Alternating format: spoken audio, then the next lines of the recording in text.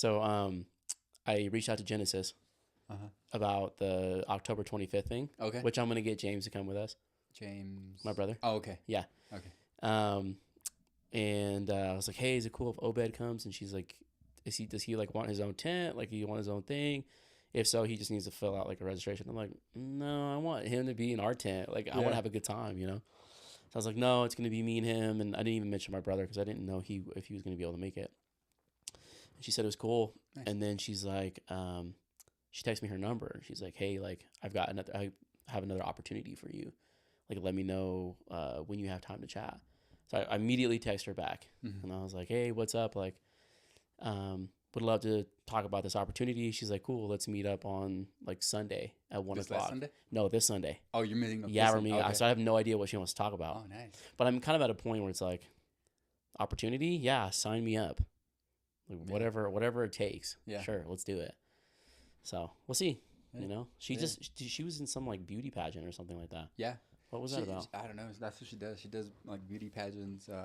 Then she has this resilience queens or something like that. She gave me a book that she wrote. She wrote that book. Can I borrow it? Yeah. I mean, I should buy it. I should just buy it. Yeah, help her out. Yeah, 100%. I should just buy it. Support. Yeah. Well, because I want her on the cast. Yeah. You should. And then read it, and then that way gives you a bunch of questions to ask her. And dude, so I just had a podcast with a colleague of mine. Her name's Blessing. Okay. And she's the one that you were having. How did that go? Dude, went so well, bro. She crushed it. Oh, she nice. crushed it. So the thing is I try to do. I wanted to do the podcast in here, like a solo cast here, and then like not stream it, but video record it using the software that I bought in here. But my internet was so bad. I remember you telling me bad. You had to go to your sister's house. I had to go to my sister's house. And what's funny is like in here, I can control the lighting. Over there, yeah. Nothing. I got nothing. So I wasn't really happy with like what my setup was. But when we got her on the podcast, dude, Blessing did amazing. That's awesome. She did so well. And the reason why I bring that up is because she wrote 2 books. Oh, really? So she has a book called They Told Us to Dream. And it's all about like chasing your dreams and like how to think about it and like what, you know, kind of her experience has been. And then she has another book where it's like a series of poems that she wrote.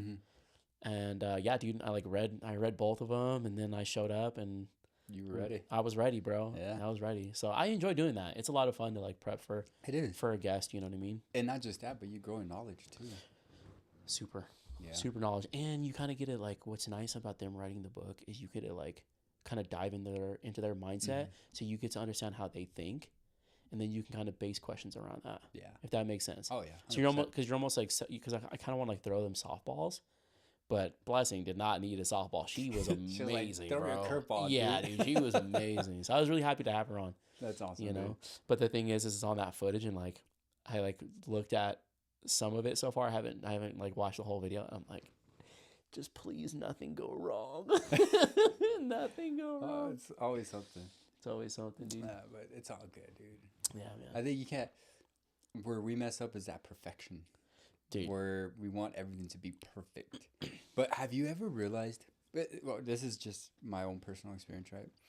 Like when I go out, or when I used to go out, I was like, man, I gotta look clean, fresh, whatever, right? Yeah. And I look good, whatever, and I feel good. I don't talk to anybody. When I look all ratchet, like I can care 2 shits or whatever. Can I? Yeah, yeah, 100%. I'm like, I can care 2 shits, and dude, I have the best time ever, dude. Like that's talking awesome. to people, because it's obviously it's not how you look or whatever, right? Yeah. It's and not trying to be perfect or anything. It's just you're a human being. You accept yourself for who you really are. Yeah. And you just go for it. Yeah. But I mean, I used to do that unconsciously, right? Like I'm like, damn, like every time I'm like, I don't feel comfortable. Yeah. Or whatever, but this is when I actually go for it, and the outcomes are better. But when I feel more comfortable or confident, I'm like, nothing, right? Yeah. What do you think that is? Do you think it's like a pressure thing? Like if you just kind of set yourself up for like, I look good, like, and you almost give yourself like a certain expectation for an outcome. Yeah. And then you're like, okay, like now I got to perform. Yeah. And it comes down to ego, because for sure, when you look good, you're like, oh yeah, I look good, I look fresh, you know, for sure. I'm gonna have all this attention or whatever. But yeah, you might have attention. But if you don't go out of your ego and talk to people, then it's gonna be on the same spot. Right? 100%. I mean, not the same spot, but you're gonna have the same outcome of, okay, you look good, but that's it. Totally. Opposed to like, you know, they're kind of ratchet, but I don't care. I'm gonna go have fun. I'm gonna talk to people. I'll probably make new friends and stuff, and it comes out a lot better, and you feel better. I mean, at least that's what I experienced, but that was unconsciously, you know. And I would think about it, I'm like, damn, like I got this cute girl's number, looking all ratchet and stuff, and like. And I don't even think it, like, honestly, like with girls, it's just confidence. Yeah, 100%. You know what I mean? And like, if you're just confident in your skin and you just have like a good like aura about you, and they can relate. Yeah. It doesn't matter what you're wearing. Yeah. It might get your foot in the door. Oh yeah. I mean, it's like that's how human anatomy is. Like, first is the appearance attraction, right? Yeah. And then after that, it goes in deeper. Right. Because I mean, it's like you can see like this beautiful girl, and you're like, damn, she's really pretty, and you go and talk to her, and it's like,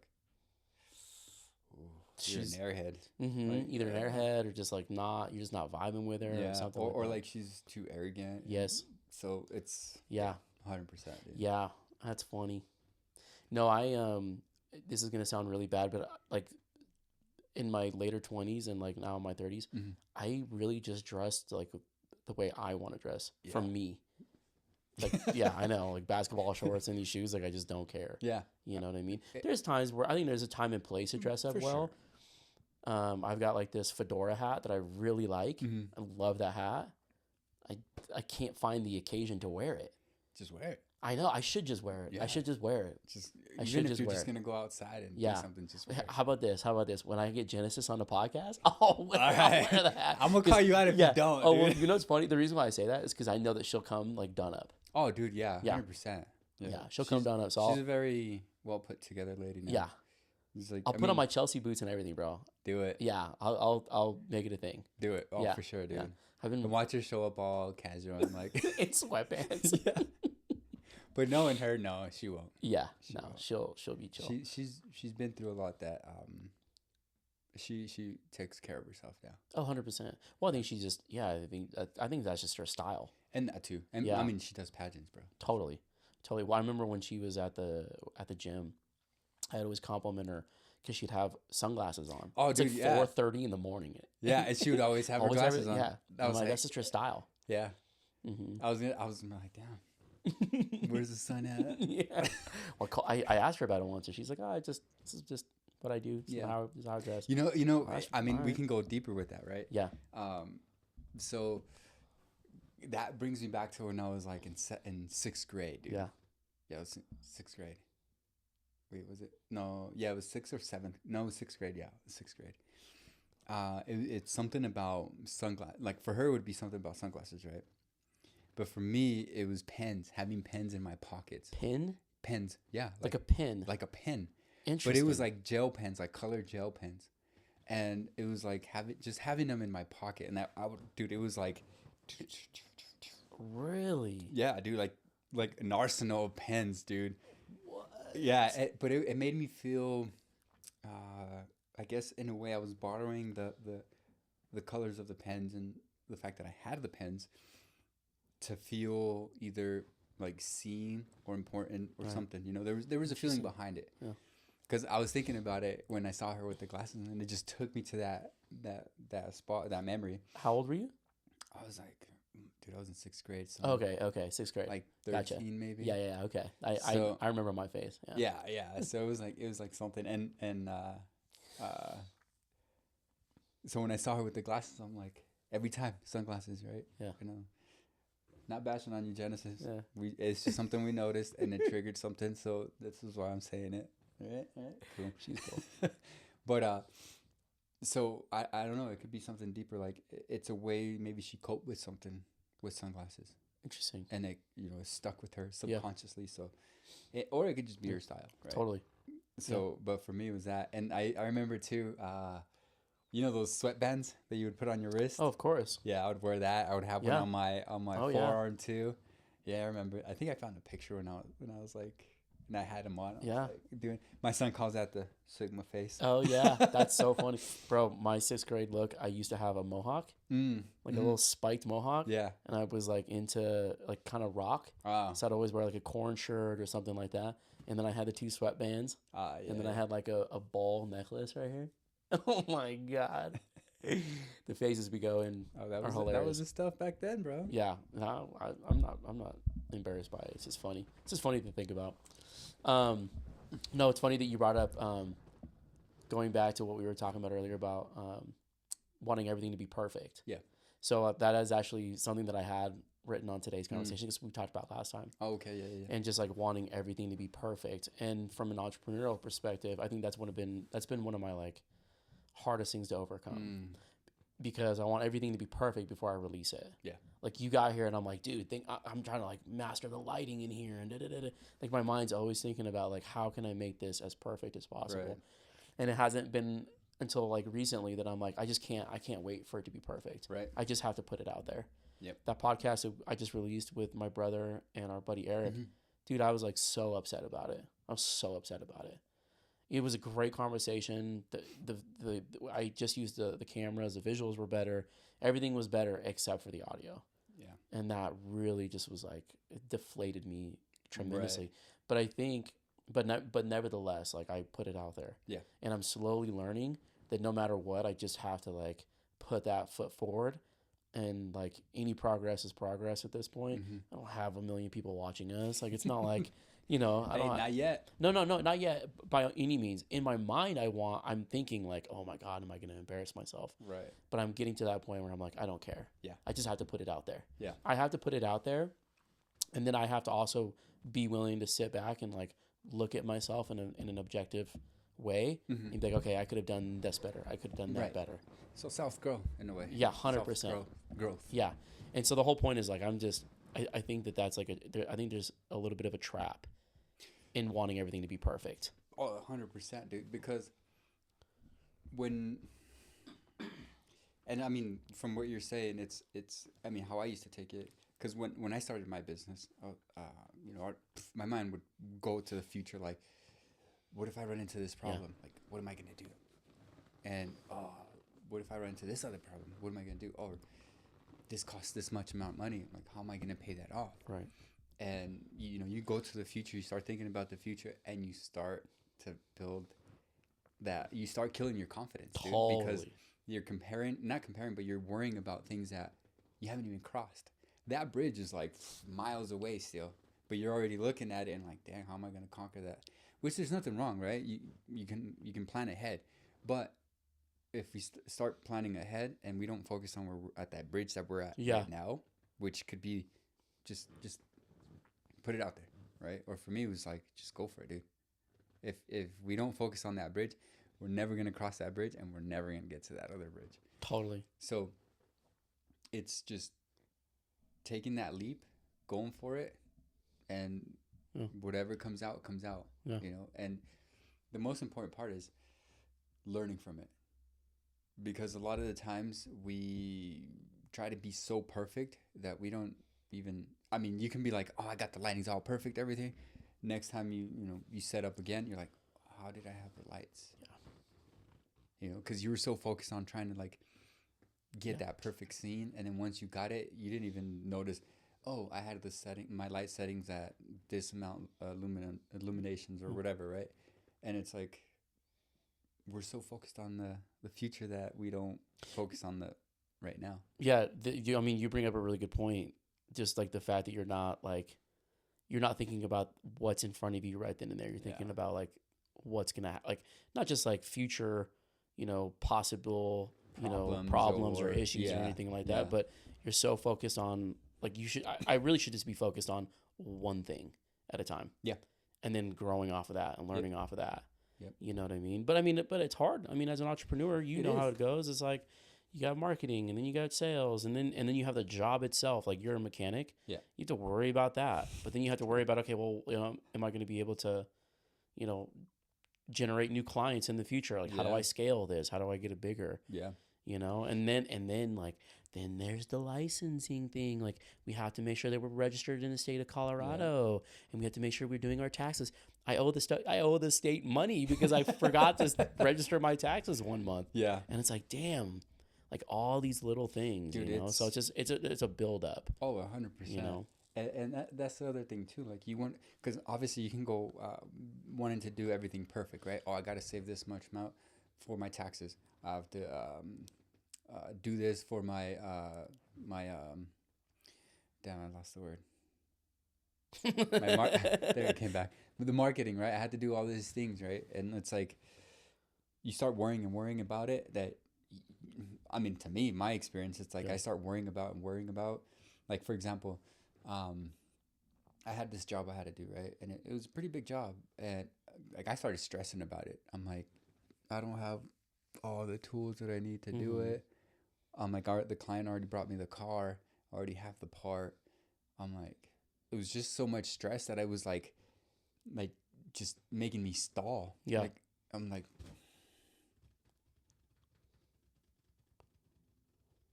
yeah. So I had to suck it up. I'm like, and again, it comes down to pride and ego. I had to suck it up, call the client. I'm like, hey, I don't have all the tools. I know I told you I was going to be able to do it, but I'm not going to be able to do it. And the client was super cool. Like, he was like, hey, I understand, blah, blah. And I mean, regardless, maybe I lost that client, but it's okay. At least I didn't stress myself out. Yeah. You know? But it's accepting that, right? And it's accepting the fact that not everything's going to be perfect. You know, but obviously I had to do my job as perfect as I can. Yeah. You know, fix the car, leave it either better or how it was.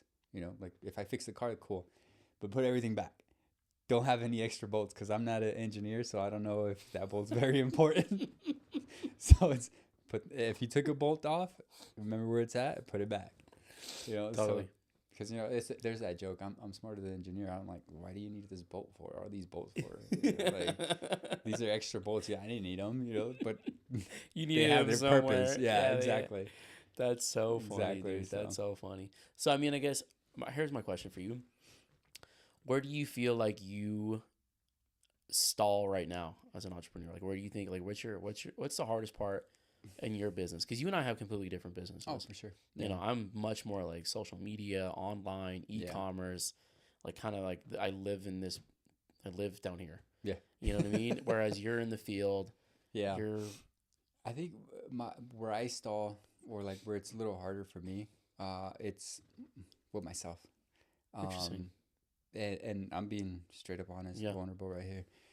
It's where like promoting myself, because I'm scared to promote myself and get like a huge wave of clients that I can't keep up. Yeah. And that really scares me. So in a way, I kind of set myself back a little bit. Interesting. Yeah. So that's where I find it hard, because here's the thing. Like, again, you know this, I have my faith and stuff. So, like last year was one of my hardest years. It was like, do I really want to keep doing this? Do I want to be a mechanic anyways, or do I want to be something else? And I was like, man, if I want to be something else, what would it be? And I was like, I could be a police officer. I would like to do that. A police officer? Yeah. Oh, that'd be super cool. And if I can't, then I'll be a barber. You know, like I used to cut my own hair when I had hair, and I used to cut my dad's hair. I cut my nephew's hair. I cut my son's hair. Yeah. I mean, it's not perfect, but practice makes better, right? So I was like thinking that, and every time I would think that and like stress about it, and I'm like, how do I follow this? And so I was like, all right, I'm gonna call my friend and be like, hey, I'm interested. Hook me up with your friend so you know I can get my foot in the door. Dude, every time I made that call, boom, work. Interesting. I would get busy, and I'm like, you know, it was like kind of like I would just like, oh, you know, whatever. But now I see it, and I'm like, oh, that's not where I'm supposed to be. This is what I'm supposed to be doing. Yeah. Because again, like I did that again when I was stressing out about that big job. I was like so stressed out that I was like, man, I don't want to do this anymore. I'm tired. I want to like quit this and blah, blah, blah, blah, blah, right? And then I stopped and think, and I'm like,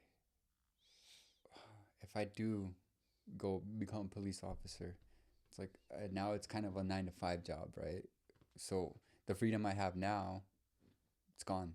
The time I spent with my son, gone. It's limited now. Well, not gone, but limited. And, you know, time with family and stuff, it becomes limited. And I was like, no. I even applied, though. I did apply. When? Last week, I think. I applied to... No way. Yeah, I applied that recent? Yeah, I applied to Arvada Police Department. No way. Yeah. That's awesome, dude. Yeah, but this is how I know it's not meant for me. Yeah. But I'm being stubborn. Yeah.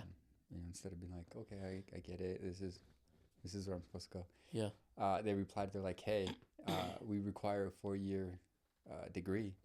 Are you gonna get that soon? And I'm like, I didn't even reply back because I was gonna be like, nope. Hold on a minute. They wanted you to have a 4-year college degree. Yeah. In criminal justice, at least. That's so silly to me. Yeah, I mean, even I Googled it, right? And it said it is required, but it's not something that you must have. Yeah. Well, I feel like in that scenario, you need to know somebody who knows somebody. Yeah. Do you know what I mean? Yeah. Yeah, I don't know, man. I'm like really, when I was younger, I was all about college and like going out there and getting your education. Isn't that what your friend, that kind of, I mean, from the book that she wrote, what was it? Dream? Yeah, they told us to dream. They told us to dream. Yeah. Right? It's kind of like how we were. Dude, it's just exactly how like we were raised to think is like you should go to school, get a college degree, get a job. That's why I went and got my MBA. Actually, the reason why I got my MBA is because it gave me a reason to move to France for a year. That's the honest to God truth. But like, the more I think about it, the more I'm like, there's absolutely no reason to go to college unless you specialize in something. If you're a doctor, okay, I get it. Sure. If you're a lawyer, okay, I get it. But as a police officer, that makes no sense to me. No, but in my opinion, I think police officers should be required to know a martial art. Martial arts, not just that, but also like psychology. They should know sociology, how to talk to people, how to calm people down. Yeah. Like I think the requirements to be a police officer should be far more stringent than they are, but they should also be paid a lot more than they are. Oh yeah, dude. You know what I mean? Like police officers are completely underpaid and underappreciated, in my opinion. Yeah. But if I see a police officer who's out of shape, I'm sorry. I think that's unacceptable. Yeah. Personally, I mean, if you think about the job and the job requirements, like, would I like to be a police officer? That'd be cool. There's no way I could be a police officer. I would never be able to stop anybody. Yeah. I mean, let's just be honest. Let's just be honest. Like, that job requires a certain amount of physicality and intelligence. Dude. And I think that, and I feel like it's not emphasized enough. So I'm just really kind of baffled that they are asking for a 4-year college degree. Yeah. You know? I mean, granted, you know, like I said, you have to know the laws of the state or whoever you're working for. I mean, that's... But that's part of the academy, I would assume, you know? Yeah. And obviously, I mean... like how you said, some psychology should be done because I mean, I like to see, you know, like there's this video on YouTube there's this channel that I like to follow on YouTube. It's called Active Self-Defense, and they take videos, like actual videos of people that use firearms and stuff. Yeah, like victims and stuff like that, and they go over it and they explain like, hey, this is what you should be doing. This is what's not right. This is what's legal. This is what's not legal. This is what could get you in trouble. You know, so it's like it educates you, right?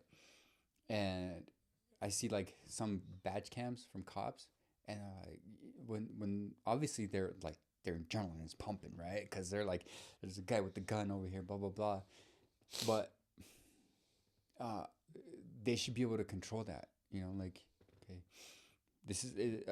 this got called in. You know. Control it. You can think smarter opposed to when your adrenaline's pumping. Mm-hmm. Like when I see those videos, they're like, put that fucking gun down and like, blah blah blah, like cussing them out, like, hey, like this f this f that, and it's like, okay, I'm trying to, I see you're trying to, you know, show your authority and stuff like that, but that's not. I don't think that doesn't de-escalating the situation. I think that's escalating the situation more, right? Yeah. And granted, maybe, you know, you can probably be like, hey, put the gun down. I'm armed. Gun's pointed at you. Please don't do anything that's going to cause me to defend myself. You know, blah, blah, blah. Like, try to calm it down. Hey, we're trying to help you out here. You know, just put it down or whatever, right? But they're like, they're like I said, their adrenaline's pumping. Blah blah. Blah, like, put that fucking down, fucking gun down, and come over here. Or put your hands up, and blah blah. And obviously, if they open fire on you, then that's. Well, I mean, look, like I think you said it perfectly. Like their adrenaline's going. So when you're in that fight or flight mode, right? Yeah. Like it's hard to like really like fall back on just like, okay, what do I do here? Right. Take 3 breaths and calm down. That's not always how it works. Ever. No, and right? you got split seconds to react, right? Exactly. But my point being is I don't think the cops and no discredit, no disrespect to them at all, none at all, aren't trained for it. No. They should be having to go through these exercises all the time so that when they get into those situations, they know how to act. Yeah. And granted, I don't know what the academy is like. I don't know what ongoing training is like, but I can't imagine that they're going through these like high stress situations all the time. Right. If you watch somebody, or if you listen to somebody who was like a Navy SEAL or somebody who's going to be in combat, if you listen to Jocko Willink, who was an ex Navy I know SEAL, who that is. Yeah. He talks about the fact that they go through these high pressure situations over and over and over and over and over again, so that when they're in the field, like they know how their body's going to react. They know how their mind's going to react. They know how to like deal with it. I don't know if the police really have that ability to do that. But yeah, I don't know, man. I mean, it's a tough job. It is. And like luckily I don't get in issues with the law. I got pulled over on Sunday. Did you? First time, yeah. For the first time? In a while. Like okay. Yeah. I got pulled over on the truck because I don't have my plate on there because I have it on the windshield. Oh shit! And on the front? Yeah, no, the back plate. So okay. the one with the tag and everything. Yeah. I have it on the windshield, and I already knew he was behind me, and I was like, I don't have my plate, so he's gonna get me, whatever. So he pulls me over, right? So I get off, like I put my hazards on, so he knows that I acknowledged him. I get off the main street, get off to a side street. I roll down my window, and he's like, I pulled you over. I was like, no. He's like, I didn't see a license plate. I was like, oh. Here it is, officer. Yeah. And then put it back. He was like, oh, well, let me get your license, registration, insurance. I was like, yeah, sure. Give it to him. It's like, just went to go check, make sure I didn't have like any warrants or anything like that. And he's like, hey, here's my card. It's reported that, I pulled you over because you didn't have a plate, but you do have a plate and all that stuff. And I was like, all right, cool. Hey. Did he give you a citation or anything? No. That's a cool cop, though. Yeah, he was cool. I mean, granted, it depends.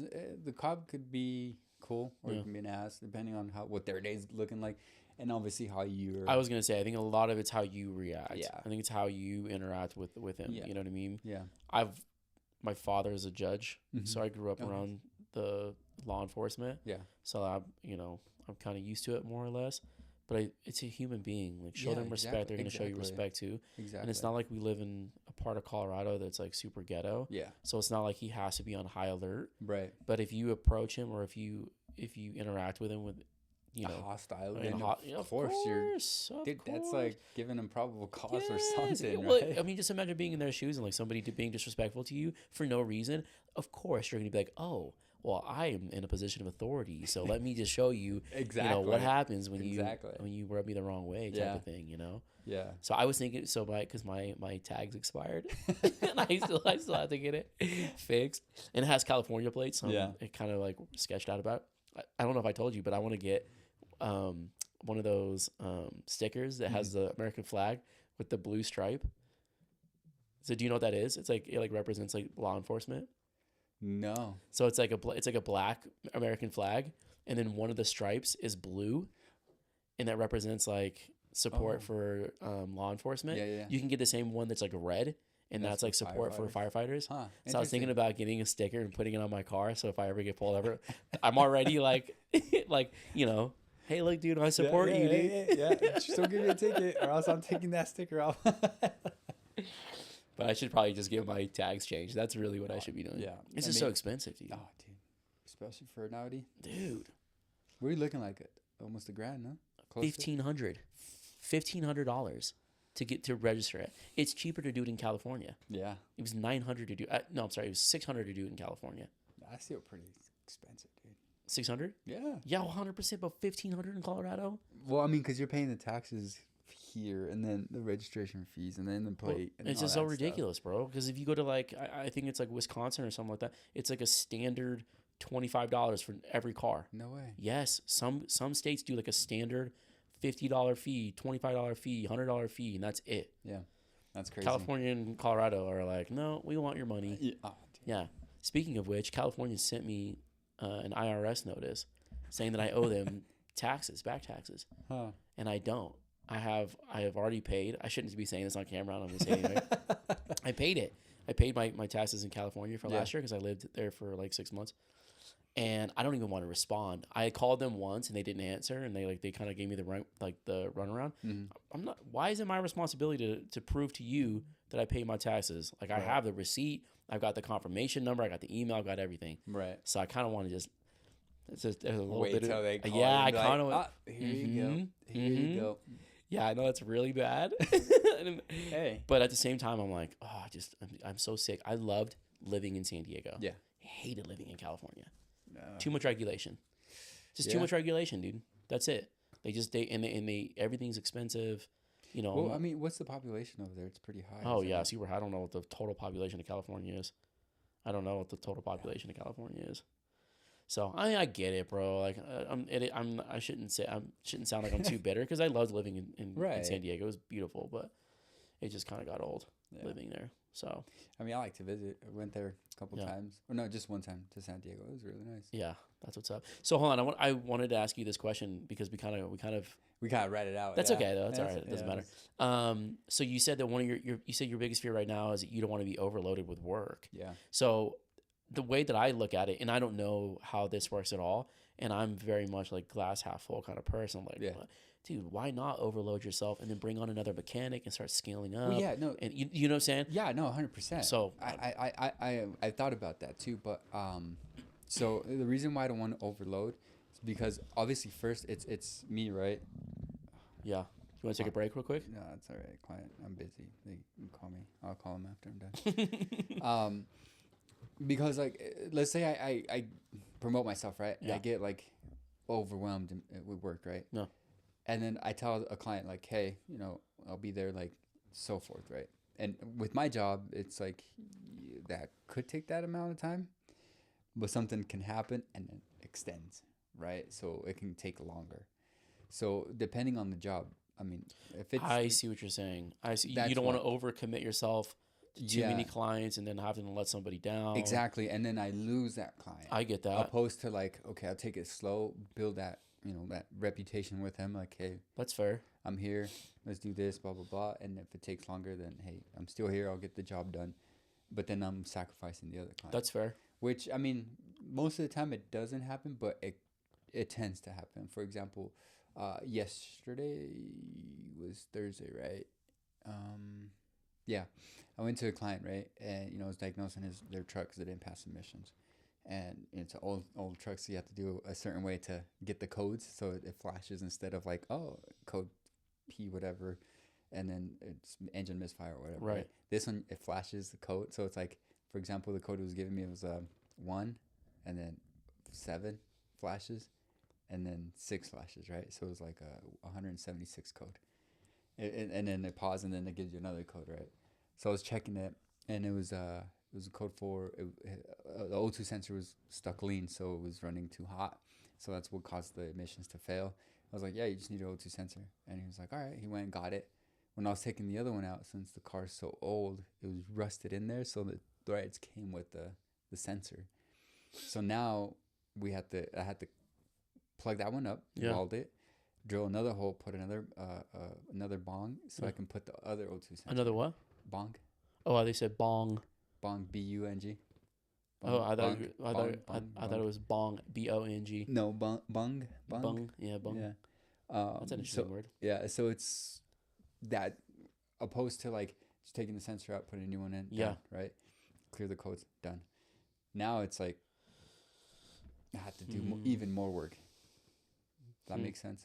No, it makes total sense. I'm over here just being the entrepreneur that I am, and I'm like, God, this is such a great like business model. Like, imagine just having a fleet of people. Like if you had like your own, because I know that you aspire to have your own shop. Oh yeah. And if you had like a fleet of people that you could send out on jobs. Yeah. Like that's such a cool business model. Oh dude. You know what I mean? Like do like in-home like oil changes. Yeah. That is fire, bro. Dude. But that's the other thing too. Like a lot of people don't want to work outside. They want to have their lift. from the I understand environment and that. stuff. Dude, I would love to have a lift. It makes I would have done that job that I was Yeah. stressing about. Dude, I would have it done that same day. Yeah, I would imagine. But so here's just my thought on it. The lift I would totally make sense Mm-hmm. if you're doing like a really large, complex type of job or Yeah. operation or whatever. But imagine if you had like some sort of thing, like a business model where you had a fleet of people and they went out and did like routine type things for people. Yeah. You know what I mean? Because a lot of people are working from home. Yeah. And just to be like, hey, I need to get my oil changed, instead of having to like take their afternoon to go to Grease Monkey or some local mechanic, Right. you just have somebody come over and do it. Yeah. Obviously, it would be harder for you or the people that work for you, but it's not about y'all. It's about the client. It's about exactly. You know what I mean? It's No, about the 100%. customer. If you're changing, I don't know, I don't know, I know Brakes. nothing about cars. Yeah. But if you have to like, if there's something that requires you lifting it, makes total sense. Yeah. Yeah. Which a lot of it does. Yeah. I mean, if you're gonna do an oil change, you still Yeah. gotta lift it up, but I mean, granted, there's things that you can do it without a car lift. I've Yeah. been doing that for so many Oh, years. that's your whole business, right? Yeah, so there's no problem, but it does get old. Like, Yeah. you jack it up, right? Like, for example, you're doing some suspension work. You jack it up, put it on jack stands, make sure it's safe. You get your tools, and you're like, damn, I need to go get another one. So you have to get up, go get the tool, come back, and then you start working. Like, I need another tool, so you got to get up. So it's like, it's a lot of work physically, right? Opposed to if you had the lift and then your toolbox there, like, okay, I need another tool. And you wouldn't have to like stand up and get back down again, stand up, get back down Exactly. again. You're already Yeah. on your feet. Interesting. So, I mean, there's pros and cons. And I would also imagine that like, just let me play with this. This is just kind of fun for me to think about it. Certain jobs you can't really determine how long it's going to take. Like an oil change, you can kind of gauge like it'll be 45 minutes to an hour type of thing. Right. You know, I'm just throwing a number out there. Correct me if I'm wrong. But if someone's like, "Oh, I need you to," like something's wrong with my, I don't know, something's wrong with my car. Right. And you go there, you don't know what you're getting yourself into. No, So you you don't know if it's an all day job. You don't know if it's Exactly. going to be something that you can do in 20 minutes. Exactly. Okay. That makes sense. That's what I'm sense. saying. Like, Yeah. if I get overwhelmed with like work, it's like, So how do you manage that though? How do you manage that now? so I mean, regardless, right? Like, I still try to fit anybody that I can in a day. Okay. If they call me like, hey, my car's doing this, this, and this. Okay, I got this client right now. I'm pretty open, so I'll go check it out after this. Okay. I try not to give them a time space, because then, like, because it's happened. I'm like, I'll be there like at 3, right? Yeah. And I'm still with this client, and I'm still working with this client. It's 2:30, and I have to text them, hey, I'm still here, but I can still go if you still like, if you're open still, and you don't need to go anywhere. You're still gonna be home. And usually they're like, yeah, I'll be home the rest of the afternoon or whatever. I'm like, all right, cool. I'll head over once I'm done here. And stuff like that. Some people are cool like that, but some are like on a tight schedule as well, right? And I have to respect that too. And I'm like, hey, I'm still here. It's taking longer than I expected, but I can still go. And they're like, oh, well, that's the only time I had. We can reschedule for another day. I'm like, okay, that'll work.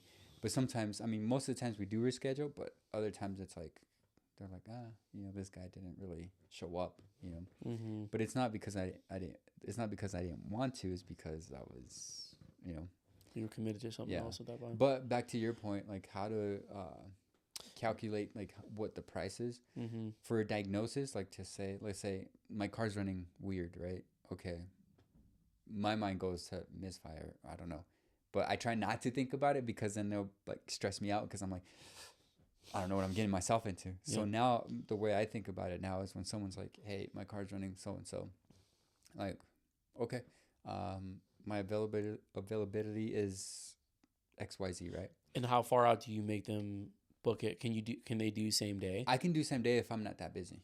Gotcha. Or if not, like the following day. Yeah. It just depends on how busy I am. Mm-hmm. And then I don't worry about it anymore. I just like, okay, they're booked. That's it. I get there. Hey, what's the car doing? Okay. Hey, let's go for a drive. So you can tell me when you feel it or XYZ. And once I get that, I'm like, okay, now I know where to go and check, blah, blah, check it. Sometimes it can be, I charge for an hour, right, for diagnosis.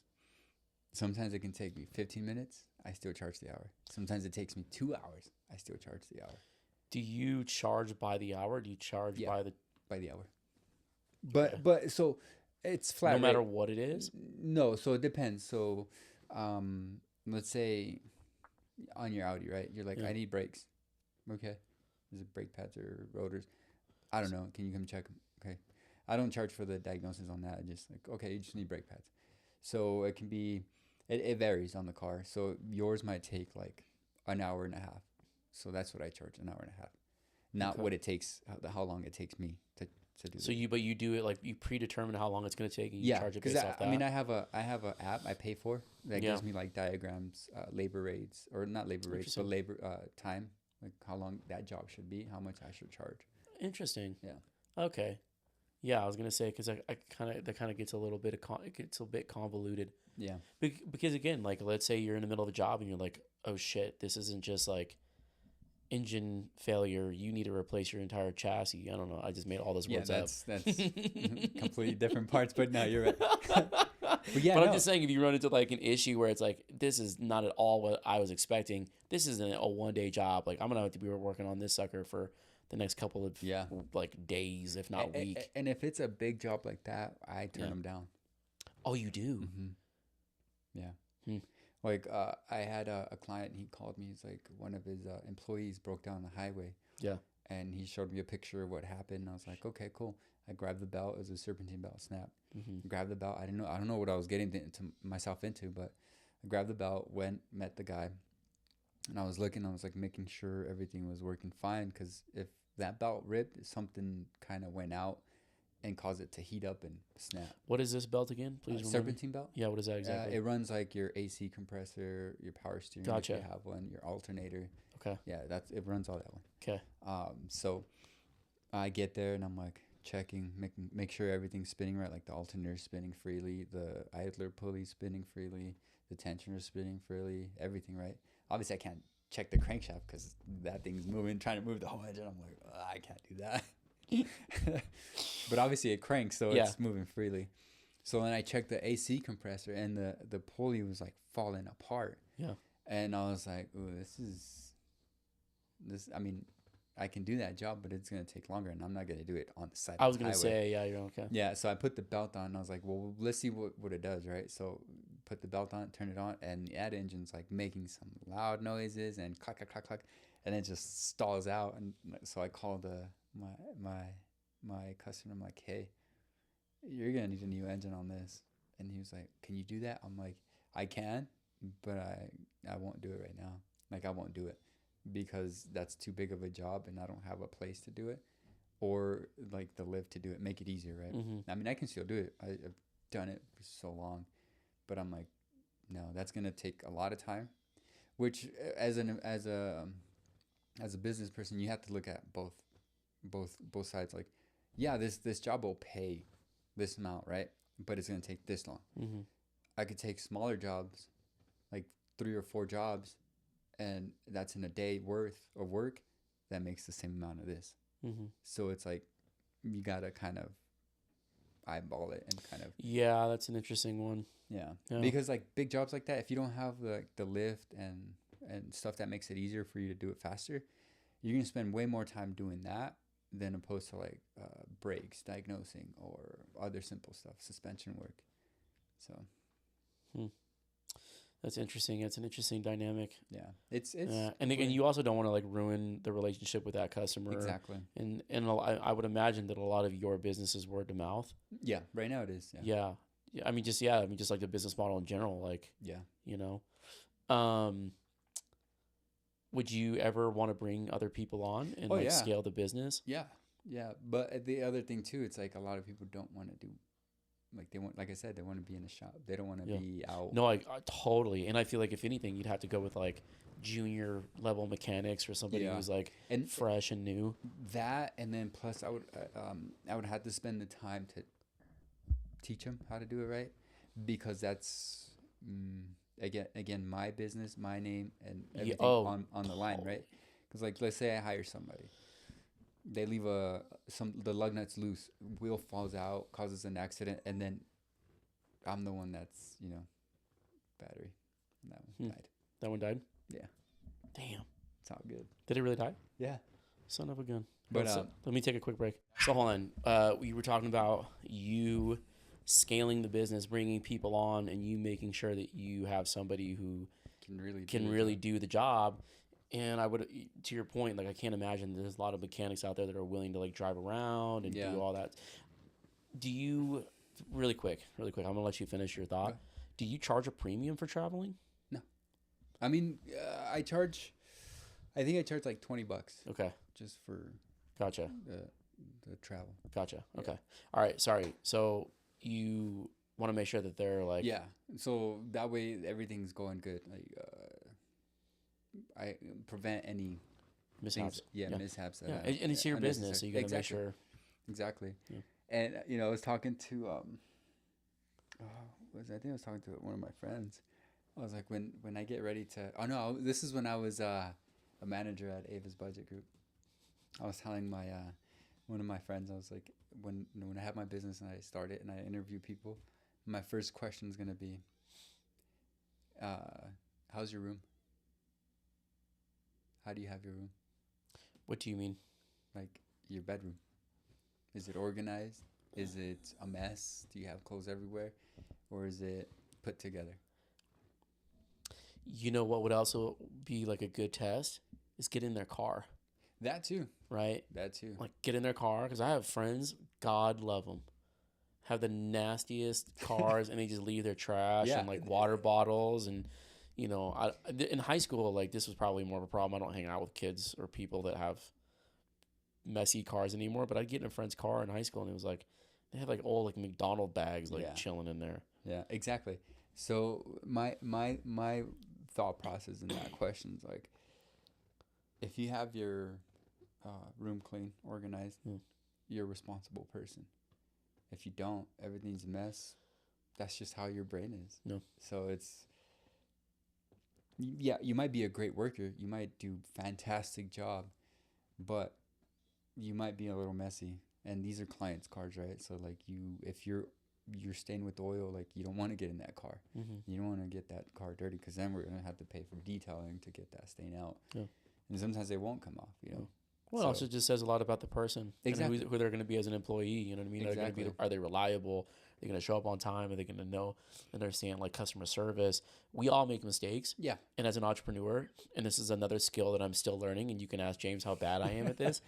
But when I get feedback from somebody, like if somebody writes to me and says they don't like my newsletter or something like that, you take it very personal. I take it super personal. You know what I mean? Because I pour a lot into it. Yeah. And if you're going to be sending people out on a job, if they mess something up, if they accidentally get the inside of someone's car dirty, how are they going to react to that individual calling them out on it? Are they going to be professional? Are they going to apologize, or are they going to push back? Yeah, exactly.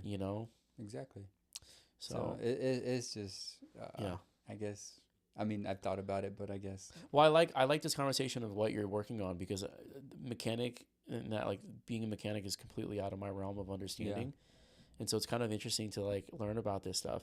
I feel like I'm surprised you don't charge a premium for going and traveling, because you're making it easier on the customer. Yeah. And maybe it's your customer base. Maybe they just kind of are used to it. Mm-hmm. You know what I mean? Like I would pay an extra $30, $50. So, some people, they give a tip. Like That's great. Yeah. That's so great. I tell them the price, and then they give me like $20 more, $30 more, Okay. So it kind of balances itself out. Okay. So, yeah, I don't really, I want to stay fair, yeah. With the competition, because obviously they can easily go to a shop, there's Christian Brothers, there's the independent shops, there's all like the dealership and all that stuff, right? But they don't come to you. They don't. That's what I'm saying. They don't. That's what I'm saying. You offer a service that other people aren't doing. There's quite a bit of people. Like I see them around. Oh, other mechanics that drive around? Yeah. Interesting. Yeah. Interesting. It's starting to become a thing now. Yeah. Yeah. I think it's an interesting business model, and I really like it personally.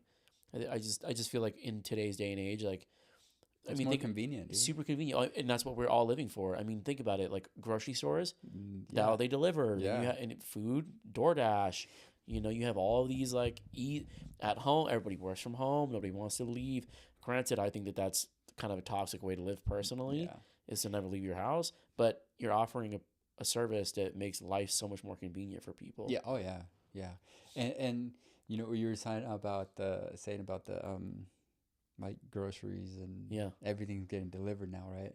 You remember that movie Wall-E, the Disney movie Wall-E? Dude, I've never seen Wall-E. Oh, I've bro, never you gotta seen see Wall-E. it. I know, man. I like That's literally where we're heading at, dude. Literally with the bed Yeah. sitting with the screen, and then I don't. our friend could be right Yeah. next to us, but we'll still be talking to him on the screen, dude. Yeah, I don't like that. I hate that. Dude, I hate that. My nephew, like, thank God my brother and his wife are like really astute to like what's happening.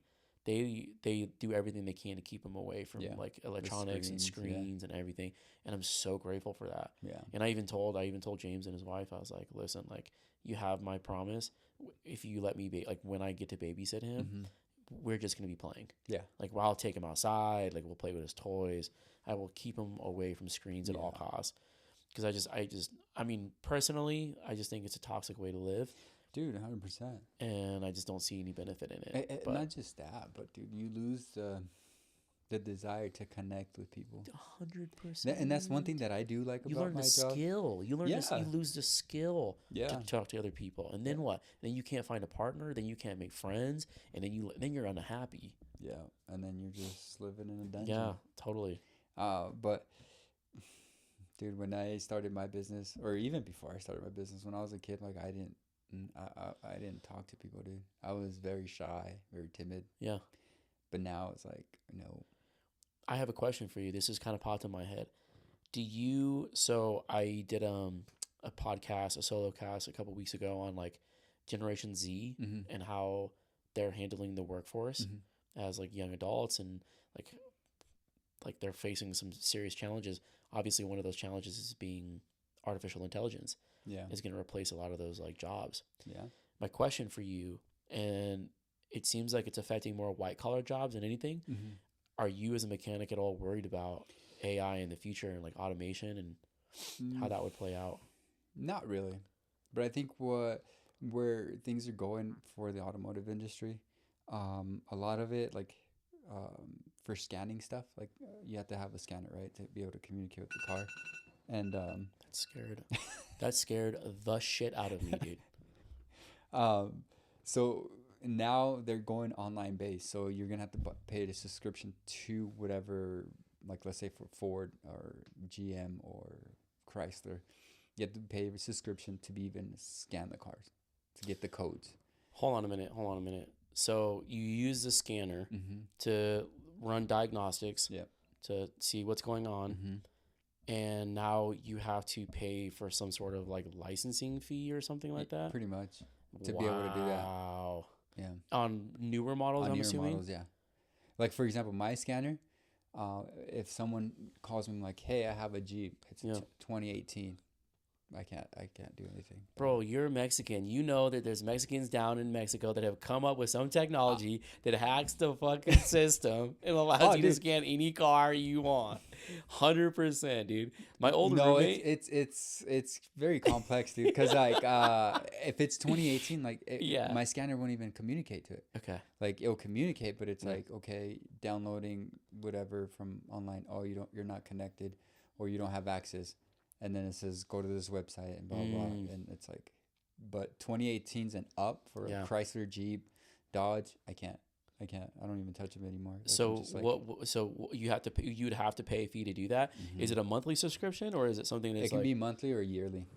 Interesting. And what's the fee? Do you know? I don't. Okay. But I was talking to damn, that's crazy. I was talking to a locksmith. He was working on my neighbor's truck. And I was like, dude, what do you use to program computers? And he's like, oh, I use the original software. I was like, oh, that's cool. So he has one for like Ford, one for GM, one for Dodge and stuff like that. And he was like, I had to build this thing, back to like the Mexican thing. He built his little rig where like he can bypass the Chrysler or Dodge stuff. Because he was like, dude, if I had to be able to use their program, I had to pay $150 per car to be able to program a key. And I'm like, $150? And you'd have to pass that on to the customer. Yeah, of course, because they have to pay for it. Yeah. But that's what I'm saying, dude. Like, it's getting to the point where like the mom and pop shops are gonna it's gonna get hard. Yeah. But I mean, unless you pay for those subscriptions, right? But, okay. So, but you're not worried about any sort of like, I feel like if anything, artificial intelligence, at least in the short term, is going to be beneficial for like blue collar workers. Yeah. And like with those scanners, for example, like forget the licensing fee and all that stuff, but I'm sure the technology is going to get better over time. Yeah. Where it's going to be able to be a lot more precise with the diagnostics. Like, for example, I mean, if you know how to use a scanner, right? Yeah. You get a code and you start looking into that, right? Like, let's say O2 sensor stuck lean. So now you know, okay, that's the code. You don't even have to go check the O2 sensor. You can just go look at the live data of the how the car's running and everything. And you can see if that O2 sensor is fluctuating or if it is stuck or if it's just fluctuating, but it's still on the leaner side. Then you're like, oh, yeah. And then either you can do like other tests, like unplug it, and then if it sets another code, then the O2 sensor is working fine. The other stuff is the communication stuff. But so inside of the O2 sensor, it's what's not working properly. So that's easy stuff to like, if you know how to read it, it makes it so much easier. You're like, okay, replace the O2 sensor. You replace it, you go look at the data again, and then you can see it where it's already like fluctuating back to like. I wonder if there's ever going to be a point, and I would imagine they're probably already working on this if they don't already have it, but some sort of technology that will detect problems before they happen. Do you see what I'm saying? Like they can be like, okay, we're starting to see that this part's starting to degrade to a certain extent.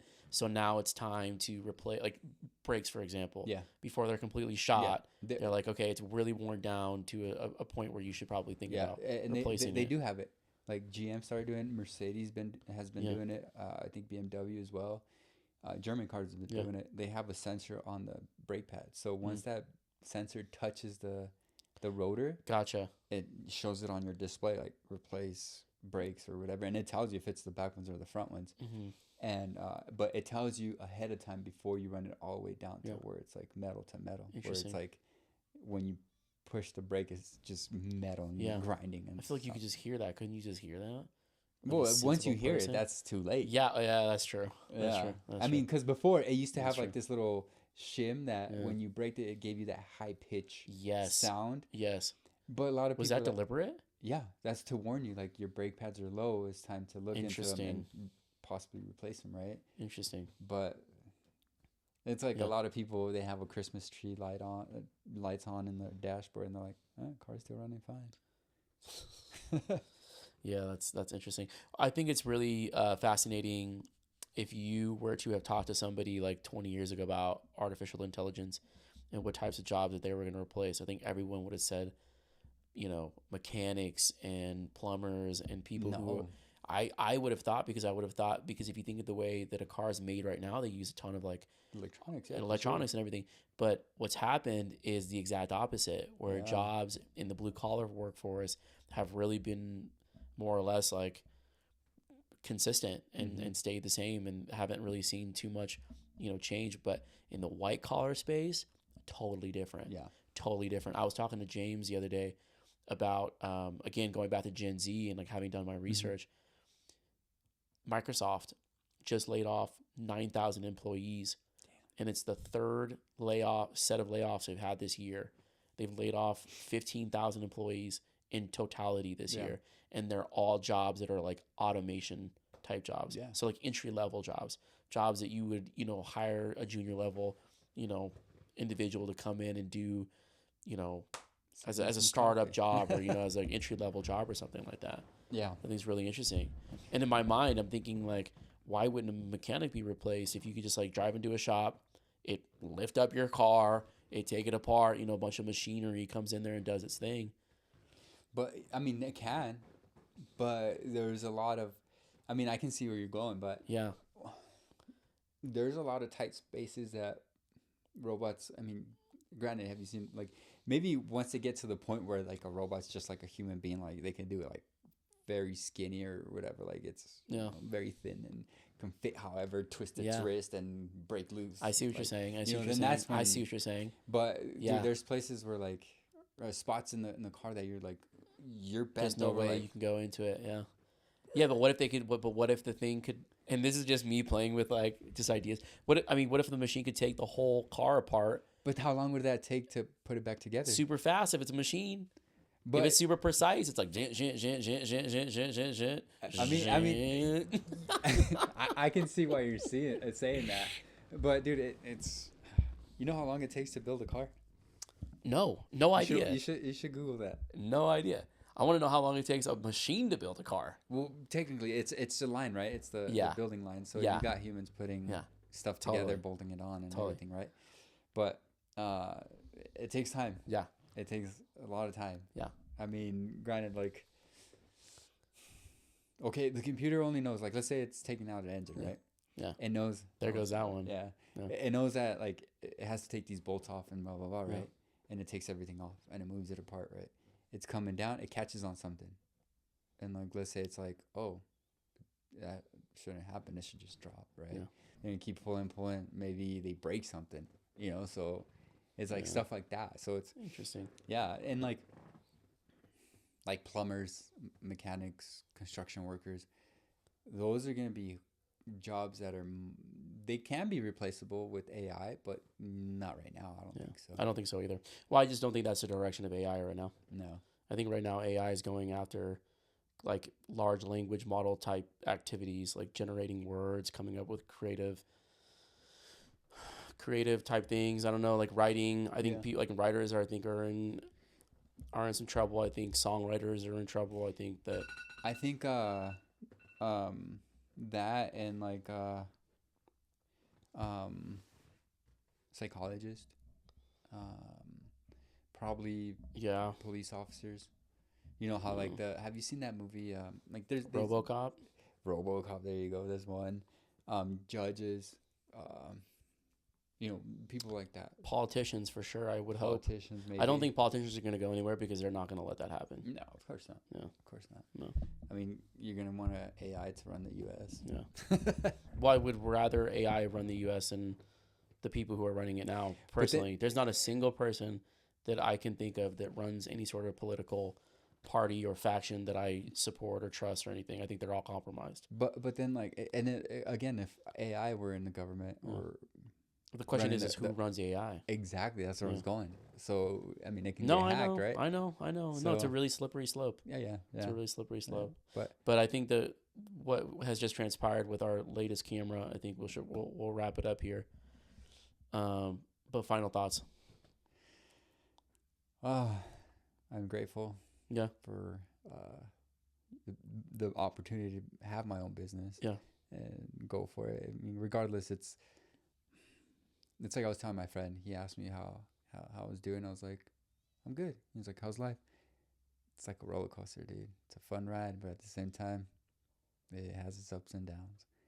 But obviously, like I've gone through a lot of things, a lot of self-growth and stuff. And now, like before, it was like looking at the unknown with fear and kind of holding back at times. Now I'm like, ooh, unknown. Let's go check it out. Love that. So like I said, I'm grateful. Keep going forward and, just pushing.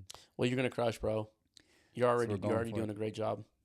You're a couple of years in and, a lot of people give up at this point. Yeah. And I was close. I know. It sounded like last week you were close. Yeah. I mean, granted, like at the beginning, I went through a lot of things too, I know. First year that I opened my business, it was like word of mouth or whatever. It was doing good, and then I got shingles, and then I was out for a couple months, and when I was able to come back to work, it was already winter. Yeah. So, and then the following year I was doing great. Car accident, had to do therapy for concussion, and then a couple months after that went down with the herniated disc, and then was out for months, and then last year was fighting depression and anxiety and all of that stuff, and thinking if I was gonna do this, keep doing this, or not do it, or what was gonna happen and stuff. So, but this year has been a lot better. Love that. For sure. Love that. Well, thanks, brother. I appreciate your time, Appreciate man. it. We're gonna run it back again. Yeah, of course. Yeah, cool. Next time we'll have a conversation about self growth. We'll find a more like pointed conversation to travel down. Yeah, for sure. So, all right, big dog. All right, man. Yes, sir.